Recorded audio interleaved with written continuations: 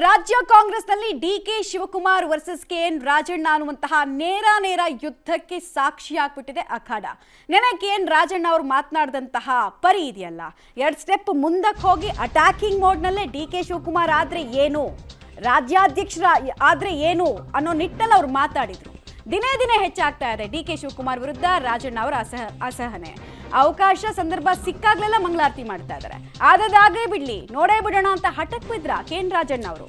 DK Shivakumar counter ಏನು ಅಂತ ನೋಡುವಂತಹ ತವಕಾನ, ಹಠವಾದಿ ರಾಜಕಾರಣ ನಾವಾಗಲೇ ಮೆನ್ಷನ್ ಮಾಡ್ತಾ ಇದ್ವಿ, ಅದರ ಮುಂದುವರೆದ ಭಾಗನ ಇದು ಅನ್ನೋದು ಗೊತ್ತಿಲ್ಲ. ಒಟ್ನಲ್ಲಿ ಟಾಪ್ ಫೈಟ್ ಮಾತ್ರ ವಿಪರೀತ ಹಂತಕ್ಕೆ ಹೋಗ್ತಾ ಇದೆ.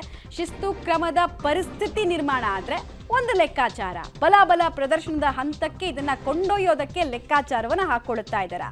ತಮ್ಮದೇ ರಾಜಕೀಯ ಲೆಕ್ಕಾಚಾರವನ್ನ ಇಟ್ಕೊಂಡು ರಾಜಣ್ಣ ಅವರು ಮಾತಾಡ್ತಿದ್ದಾರೆ.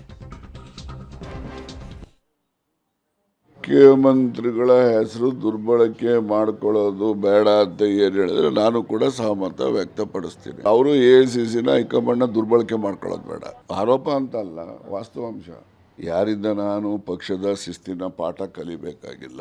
ಏನೇನು DCM ಏನು ಹೊಸದಾಗಿ ಏನು ಕಿರೀಟ ಇಡ್ತಾರ, ಅವ್ರಿಗೆ ಏನು ಕಿರೀಟ ಇರೋದಿಲ್ಲ.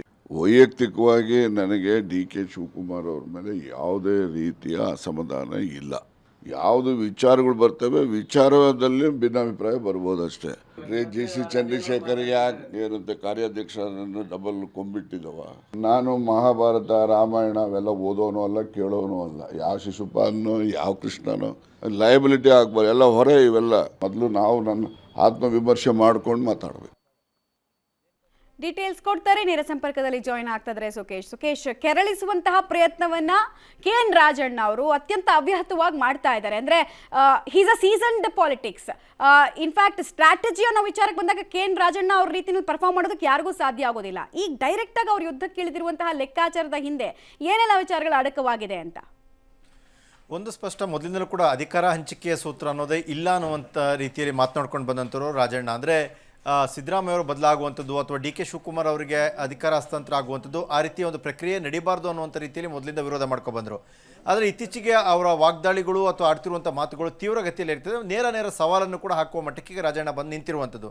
ಅಂದರೆ ಒಂದು ನಿರ್ಣಾಯಕ ಆಗೇ ಬಿಡಲಿ ಅನ್ನುವ ಹಂತಕ್ಕೆ ಏನಾದ್ರು ಬಂದ್ರ, ಅಂದರೆ ಮುಂದೇನು ಅಕಸ್ಮಾತ್ ತೀರ ಇದೇ ಮುಂದುವರೆದ್ರೆ ಒಂದು ಶಿಸ್ತು ಕ್ರಮಕ್ಕೆ ಮುಂದಾಗ್ತಾರೆ. ಶಿಸ್ತು ಕ್ರಮಕ್ಕೆ ಒಬ್ಬ ಸಚಿವರ ವಿರುದ್ಧ ಮುಂದಾಗುವಂಥದ್ದು DCM ವಿರುದ್ಧ ಮಾತನಾಡಿದ್ದೆ ಅನ್ನೋ ಕಾರಣಕ್ಕೆ ಅನ್ನೋದಾದರೆ ನೋಡೇ ಬಿಡೋಣ, ಬಲವು ನೋಡೇ ಬಿಡೋಣ ಅನ್ನೋ ಹಂತಕ್ಕೆ ಏನಾದ್ರು ಹೋಗಲಿ ಅನ್ನುವಂಥ ಏನಾದರೂ ಚಾಲೆಂಜ್ ಮಾಡುವ ಹಂತಕ್ಕೆ ಬಂದು ನಿಲ್ಲುತ್ತಾ, ಹೀಗೆ ಏನೋ ಒಂದಷ್ಟು ಅಜೆಂಡಾಗಳನ್ನ ಇಟ್ಕೊಂಡು ಅವರು ಮಾತನಾಡ್ತಿರುವಂತೆ ಕಾಣಿಸ್ತಾ ಇದೆ.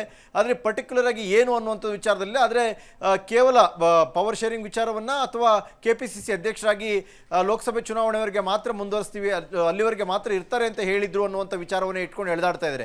ಕೇವಲ ಅಷ್ಟನ್ನೇ ಇಟ್ಕೊಂಡು ಎಳೆದಾಡುವಂಥ ಅವಶ್ಯಕತೆ ಇರಲಿಲ್ಲ. ಕಾರಣ ಏನು ಅಂತಂದರೆ ಈಗಾಗಲೇ ಹೈಕಮಾಂಡ್ ಕೆಲವು ವಿಚಾರಗಳನ್ನು ಸ್ಪಷ್ಟಪಡಿಸಿದೆ ಮತ್ತು ದೆಹಲಿಗೆ ಹೋದ ಸಂದರ್ಭದಲ್ಲಿ ಅವರಿಗೂ ಕೂಡ ಏನು ಹೇಳಬೇಕು ಅಂತ ಹೇಳಿ ಕಳಿಸಾಗಿದೆ.